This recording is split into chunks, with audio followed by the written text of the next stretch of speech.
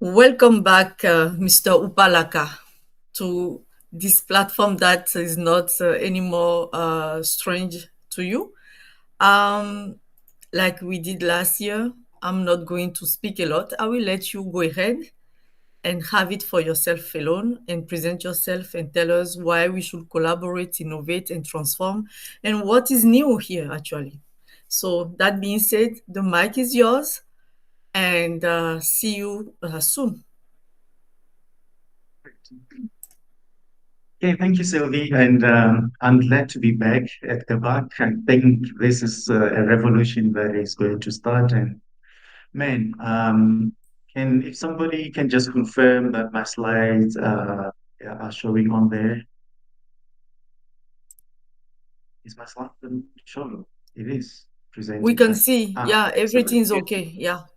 Yes, it's perfect. okay, great. Yes, my name is Laka, and right now I'm in South Africa. That is my home, and that is where I was born. That is where I live. I'm a business analysis consultant, and I just went independent almost 2 years ago. And I've worked with different banks and insurance companies, and I'm so glad that I can be able to share this with you. As I go through this, I will share my experiences with you, and I'm hoping that you can also share the same, and hopefully we can connect and we can collaborate together, and we can innovate together, and we can transform organizations together as we go. Now, this is what we're going to be talking about today. We're going to look at, we're going to look at collaboration, just go a little bit deeper into it, and then we're going to go into innovation, and then we're going to go into transformation and see how these actually interact with one another and how we can put them and pull them together, pull them apart if need be, so that we can see progress and impact in the organizations that we do work for. Okay, getting right into it, collaboration as the crucible. So the crucible is something that's used by blacksmiths, and maybe somebody here might be a blacksmith, and that's where they would forge the metal into whatever you want it to be, a knife, a dagger, a sword, or some other tool of sorts. And you see, collaboration sort of works like that as a crucible for seeing businesses transform into something else.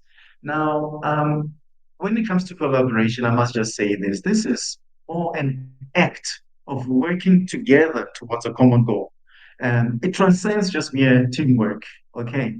And how does it help us? It is a catalyst for enhanced project delivery and productivity.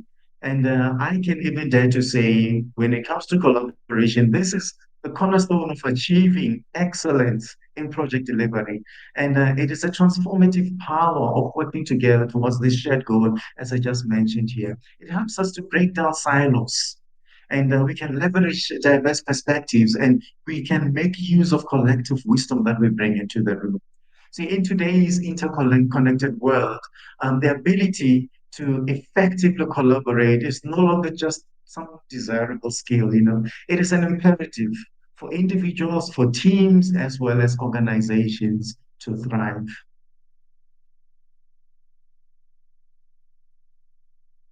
Okay, sorry. Yeah, all right. When it comes to some key principles, when it comes to collaboration, um, understand this.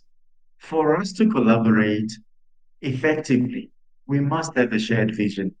There must be a clear and compelling objective that unifies these individuals with their skills sets for us to get to a common purpose. And we also need open communication. There must be unhindered and respectful exchange of ideas, of information, and perspectives. And thirdly, there must be mutual respect that we ought to value the contributions and expertise of every team member that is on the team, and we must have shared responsibility. We must acknowledge that collective success hinges on the contributions of each individual. And for us to have some collaboration that is successful, we must embrace feedback and must adapt to challenges and continuously improving as a team. Now, when it comes to the benefits of collaboration, I don't think I can overstate this. Is it beneficial? Yes, to say the least. But how is it beneficial for us? It helps us with enhanced problem solving and innovation. See, when there's collaboration, it brings together individuals with varied expertise, with different backgrounds, and this leads us to comprehensive solutions and innovative ideas. As opposed to if there was just people thinking the same thing, coming from the same background, you can't really be innovative when it comes to solving problems. You probably will resort to doing the same things over and over that are tried and tested. All right. And another thing that we can get as a benefit from collaboration is that it helps us with improved decision making because diverse viewpoints contribute to well-rounded decision, as I just mentioned. Now, in business analysis and in project management and all that, project collaboration allows us, with the exploration of various options, and this leads us to better decision with a lasting impact. And another benefit of collaboration is that it helps with increased productivity and efficiency. When we put together resources and coordinating the efforts to streamline processes or to reduce redundancies or to accelerate project milestones, this helps us to be able to have better outcomes. There was a study actually that was done by McKinsey, who are well known worldwide, that companies that prioritize collaboration multiple times, about 5 times more likely to be high performing organizations. So you can see the benefit there in and of itself. Another thing that collaboration helps us with, it helps with employee engagement and satisfaction. Now, when you involve team members from different teams, from different divisions, different departments, and you bring them into a collaborative environment, this fosters a sense of ownership and belonging for those team members. And therefore, it will boost morale and it also boosts job satisfaction because, hey, I actually enjoy working here. So why wouldn't I do that? Now, when it comes to employee engagement and satisfaction, there is another study that was done by Harvard at some point that it looks like collaboration leads to about 15% in employee productivity. And you can understand why. I'm now involved, and therefore it means that I want to contribute, and my contribution is being valued. So you can see how that contributes to that. But it's not all roses and stuff like that, okay? There are some challenges and pitfalls when it comes to collaboration. Now, let's talk about some communication breakdowns. Okay, if we do not have clear communication channels, now collaboration can lead to misunderstandings and conflicts. Of course, you're working with humans, there will be conflicts. Another pitfall of collaboration might just be groupthink. There might be people who are just riding this bus and they're not actually giving their own viewpoint that can be put into the pot so that we can look at things more differently. And this might be because people desire harmony and they value harmony over other things, and therefore you may find other people's opinions are suppressed even by themselves. Another challenge is that there could be unequal participation. We know that with different personalities come different challenges in and of itself. There are those who are loud and they take over the conversation, and then there are those who are more, subservient and they are quiet. This can lead to unequal participation, and therefore the collaboration efforts might be undermined as a result. Okay, and you mind when it comes to resource mismanagement is that when you bring people into a collaborative environment, there needs to be proper coordination. Otherwise, the collaboration efforts might just be wasted resources in time and in people's abilities to contribute, and this can lead to inefficiencies. Now, that's not something that we want to do. All right. However, with every challenge, of course, there is a way to overcome. Okay, how do we overcome the challenges and pitfalls? Firstly, establish clear communication channels. Implement some structured communication platforms and protocols to ensure that there is transparency and there is clarity. Okay, we need to invest, however big or small organization is, we need to invest in communication training programs that can help team members develop effective communication skills and overcome their communication barriers. Another way that we can overcome challenges in collaboration is to encourage diverse perspectives. So we need to foster an inclusive environment where all team members feel comfortable in sharing their ideas and also their concerns and their fears. Training like, conflict resolution, conflict management techniques, these can equip team members with the skills and the strategies to effectively address any disagreements, which are certain as long as you work with people, and it can help, make sure that you can manage conflicts appropriately. And thirdly, we need to define roles and responsibilities. You can bring people together, but then who is supposed to do what in there? So we need to clearly outline each member's role to prevent overlap and ensure accountability. Where the roles are defined clearly and the responsibilities are crisp, we know that we can be able to ensure that everyone understands their contributions and they're actually held accountable for their actions and maybe even for their KPIs. And then fourthly, we need to implement some effective leadership.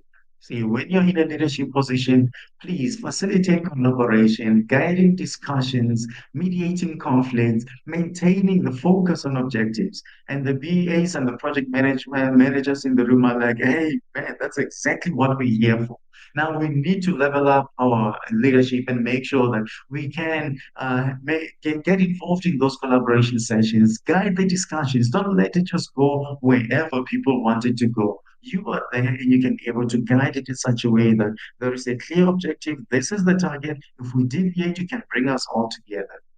And when I look at collaboration, that's like, possible of melting away these silos, people from different departments, people with different skill sets, people with different roles. They come together and they're bringing something there. You'd remember a few slides ago, I just showed, a crucible. Now imagine a blacksmith and who's working alone and he's busy there hammering this piece of iron. Yeah, he may shape it and maybe temper it, but the efforts are limited to his individual strengths and his own perspective. Now, imagine when you bring, a group of skilled artisans together, each of them bringing their own expertise, and they work together in harmony. You have the blacksmith, you have the welder, you have the engraver, each of them contributing their unique skills and their individual brilliance coming together to create a masterpiece that surpasses the sum of its parts. And now, I like this saying. It's an African proverb, and you might have seen it before. If you want to go fast, go alone. If you want to go far, go together. And I think this sort of sums up what collaboration can do for us. You can do a lot by yourself and you can do it quite fast. But if you want to really go far, elevate the organization to a different level, you have to bring people together. And then when we get together, then what do we do? Let's talk a little bit about innovation. Yeah, we talk about innovation quite a lot, and you hear about it a lot. It's spoken about at different conferences with different expertise. But let's just say innovation is thinking differently. This is the act of creating something new and valuable. Okay, it is the cornerstone of progress because without innovation, imagine now, here we are. We would have had to schedule this session so that everybody is in the same room, at the same place, in the same country. Then we wouldn't be having people from all over the world joining us here. But somebody had to think differently. How can I meet with somebody at the same time who's in a different time zone as me? And here we are now, we have crowdcasts. And innovation also is the engine that drives economic growth. It drives social change and it contributes to the continual advancement of the human experience. Imagine if nobody ever thought of creating the wheel. I mean, my goodness, we would be carrying things on our shoulders, on our backs, and now sometimes we just roll things and it moves. You get in a car and the wheels on the bus go round and round, taking us to where we want to go. That's what innovation actually does for us. See, in today's rapidly evolving world, the ability to innovate is no longer just a competitive advantage. It is an imperative for survival. Innovation is more than just a buzzword that we hear now and again. It's a strategic imperative that underpins growth and resilience. And how can we do that? Okay, just this quote before we get into that. Innovation is seeing what everyone has seen and thinking what no one has thought. Let me pause for a moment and I want you to think of that. So essentially, innovation is not just about developing a new shiny toy that we're gonna show out there, like a new product that's out there, a new technology that's out there. Yeah, good and well. But remember, if it does not add value, then what did we innovate for? I'm glad that this guy actually said this. I cannot say his surname. If anyone can say his surname, he can send me a voice note and pronounce it. Albert says was him. Remember, innovation is seeing what everyone has seen and thinking what no one has thought. And you might have thought of things that other people didn't think. Now you can see where collaboration comes into play and why we need to bring in the other voices in the room when we have discussions. Okay, now, how do we innovate? Yeah, this is just some idea generation. I'm sure you've thought about that. The idea generation is this spark that ignites the innovation process. Okay, this can evolve into something like brainstorming sessions. We can identify unmet needs or leverage new technologies. Doing the very things that you do all the time, but by leveraging new technologies, you might just come up with something that sparks an idea. We definitely need to have problem solving in there. See, innovation often thrives on tackling existing challenges and finding creative solutions to problems. Existing challenges, more often than not, are where innovation thrives. Now we get to experimentation. Now you become the mad scientist. Okay, we're going to test, we're going to refine ideas, and this is essential to make sure that we can bring innovation to life. I mean, it may involve things such as prototyping, we're piloting new concepts, and we need to be at a point where we embrace a willingness to fail and learn from that failure. Now we get to implementation, and project managers get excited to say the project is going live. Yay, great. But with implementation, we want to transform those ideas into reality. And this often requires an effective execution, resource allocation, and change management strategies. And the project managers are celebrating right now. So should the business analysts celebrate when it comes to this. And now we can measure the impact. Now it's out there, we've implemented it, so what? See, innovation's true value lies in its positive impact. This could be measured in terms of, for example, increased efficiency, improved customer satisfaction, or addressing a social or environmental. Now, just quickly looking at some examples. Okay, when it comes to healthcare, how can we add innovation? So think of a healthcare organization that partners with a very brilliant business analyst to identify inefficiencies in the appointment scheduling system. And then the business analyst comes and they do thorough analysis, they do user interviews, and from there they start figuring out how can we make this more user friendly. Make sure that this online scheduling platform is usable even by the people who may be frail at the time or they're weak. See, this innovation does not only improve patient experience, but it also helps in reducing administrative costs for the organization. Now, another example, let's say in customer service, whether insurance, whether banking, whether whatever it may be. Now, think a retail company that partners with a brilliant business analyst to develop a new mobile app. And they say, no, we want customers to be able to scan barcodes and access real-time information about that product, reviews and recommendation about it. See, it's a problem that exists and they've identified it and they say, now, how can we go about meeting this client need or this customer need? So this innovation can improve the customer engagement, and as a result, it can increase sales and provide valuable data for product development. The team to say, okay, now this is what our customers are looking for. How can we make sure that we give them more of this? And then this can result in increased sales and then customer engagement and customer satisfaction in the end.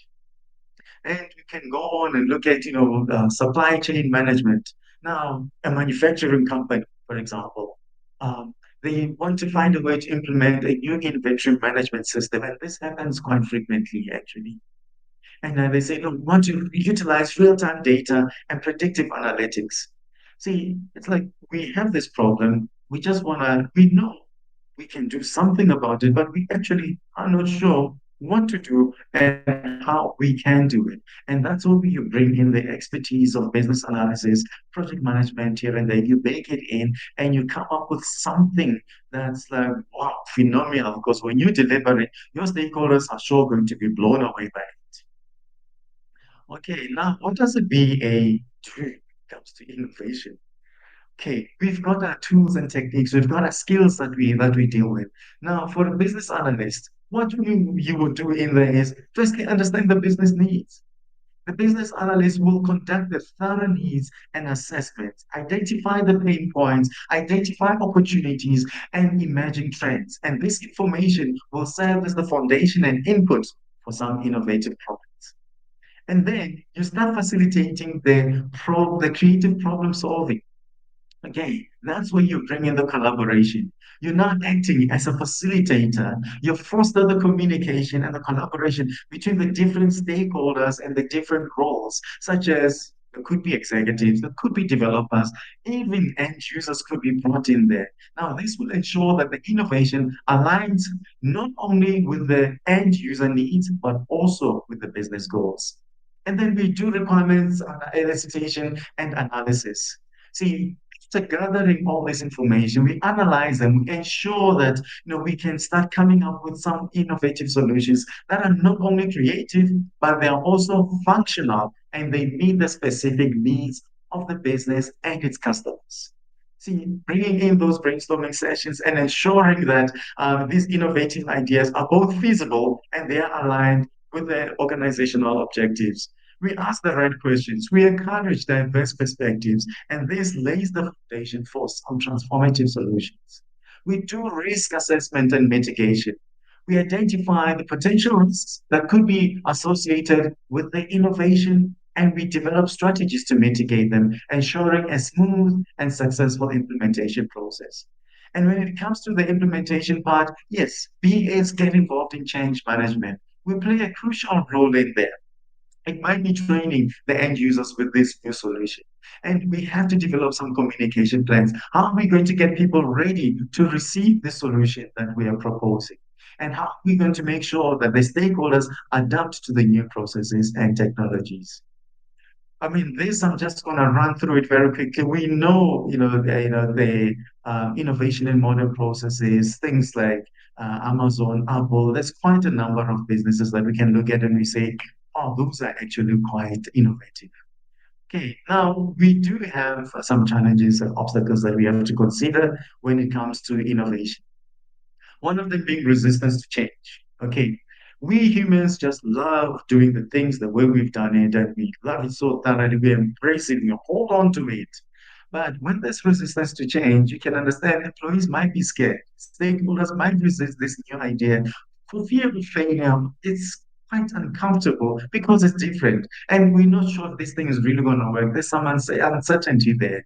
That's why we need to employ some effective change management to make sure that we can overcome this resistance to change.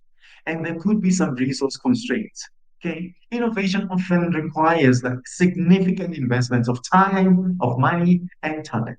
Now, not all organizations can afford it. However, you need to remember that organizations need to balance short-term goals with long-term innovative strategies for them to remain competitive. And maintaining focus is another thing. Okay, we have a very short time span, and TikTok doesn't help because you just flip through it and things go too quickly. But to make sure that we remain focused, we have to prioritize strategic alignment and things that will give us impactful results because we have numerous opportunities for innovation. However, the risk that is there might, just get us to be running in different directions, chasing rats and mice all over the place. We need to maintain the focus when it comes to innovation. And how do we foster this culture in organizations? Um, Firstly, to foster a culture of creativity, you need to encourage employees to experiment, obviously, with calculated risks, and recognize and reward innovative ideas to motivate continuous improvement. One company that I worked for previously, FNB, is one of the banks in South Africa. I remember the previous CEO actually encouraged innovation, that they even rewarded employees for coming up with innovative ideas. And that has helped them at some point to receive the award of the most innovative bank in the world. So you see, you foster a culture of creativity, you will reap some rewards. Then we have to leverage technology. Okay, we need to adopt tools and platforms that facilitate collaboration and data decision making. Okay, technologies like AI now is helping us to think of things beyond just what we know. It can help us to come up with ideas, but we as humans are going to have to get involved there and say, how can I use this technology and leverage it so that we can get the best that we can get out of it?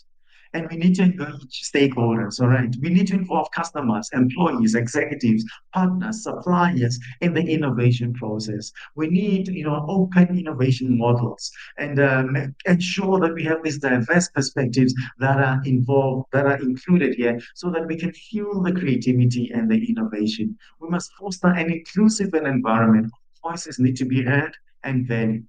And another thing, we need to invest in skills development, things such as design thinking. This is a step-by-step approach to problem solving. Lean startup. It's an iterative development approach for a minimum viable product, and the open innovation that we can leverage external partnerships and knowledge. And this can help us to foster that culture of innovation in organizations. Now, there's more that's coming for innovation. I'm just going to skip through this quite quickly. Now, here's a brilliant quote that I want us to think about.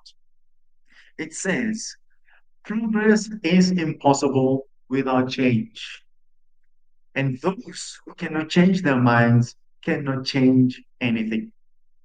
That's why we need to have creative minds. Okay, now swiftly moving along to transformation. This is now the alchemy. It's bringing together collaboration and innovation. Transformation is the ultimate outcome of effective collaboration and innovation.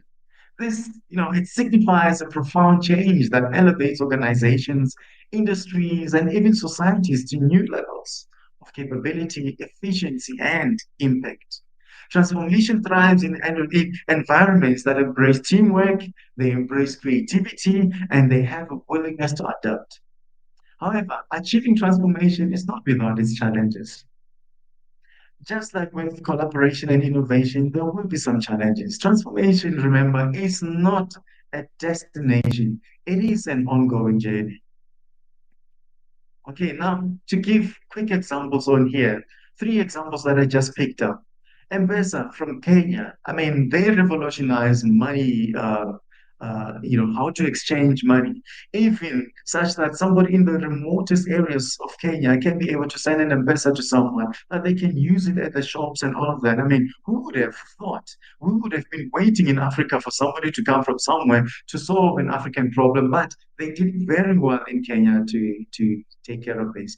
And right here in South Africa, we have an issue, we call it load shedding.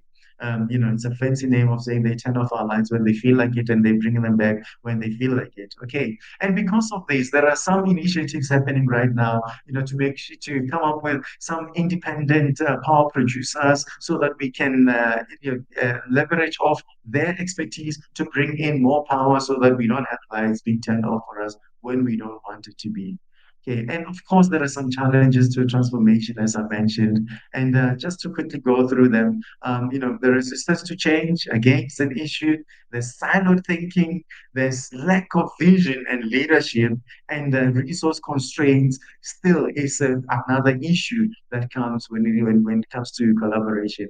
And yes, we can overcome this by fostering a collaborative culture, prioritizing continuous innovation, developing a clear vision, and leveraging change management principles to have successful transformations. And some strategies, here's just a few phases that I will share this. Hopefully, you can get a copy of it to see how we can do that. And some examples, for example, in the country of Estonia and how they changed the government services and they digitized them and how they collaborated together. And I will show you quickly on this deck here how they actually got about to do that. So with Estonia, they brought different people from different with different expertise, and they pooled them together so that they can come up with some brilliant network emphasized and leadership development. It's just phenomenal if you can see how Estonia is doing government. We should be adopting it worldwide. And with the Teach for All, how do we reach kids that cannot afford education, quality education out there, and be able to help them? It's an NGO. Now you can see there's government, there's NGOs, there's even businesses that have done this, like Discovery Bank in South Africa. It's the first bank that used behavioral thinking to be able to reward clients and give you better interest rates and all of that. I mean, they had to bring in different people together to come up with innovative solutions like that. Okay, so we need to maybe let me just move quickly so that I can wrap up.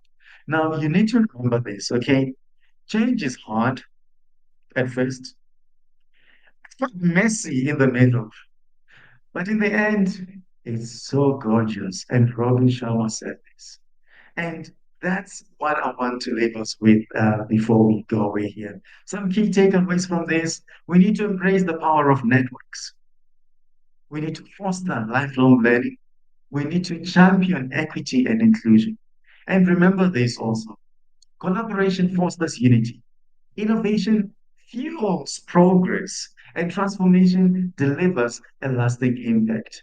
Now, just to conclude here, remember, transformation is not a destination, it's an ongoing journey. It requires a continuous process of learning, adapting, evolving, and we need to embrace the power of collaboration and fostering this culture of innovation. And we can address the key challenges that lie ahead with confidence.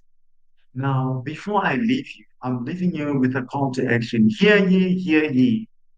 If you remember, you forget everything else, just remember these three things.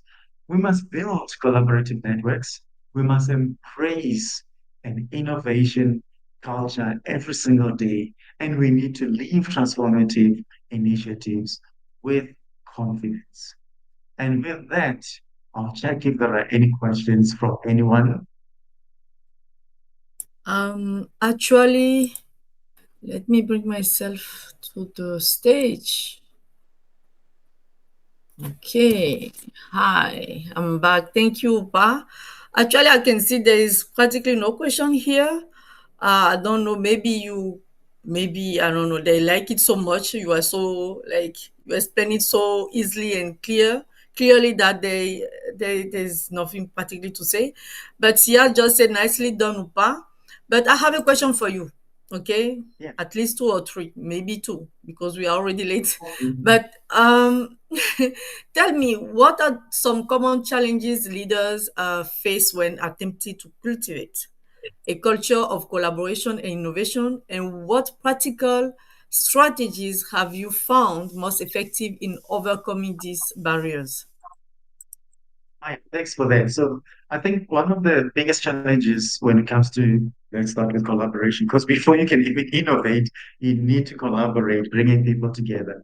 So now in a lot of organizations, especially large corporates, every single individual has got their own key performance indicators, and that's what they're chasing because that's what's going to determine how much I get paid in the next financial year, and if I get a bonus, if there's you have the privilege of getting such.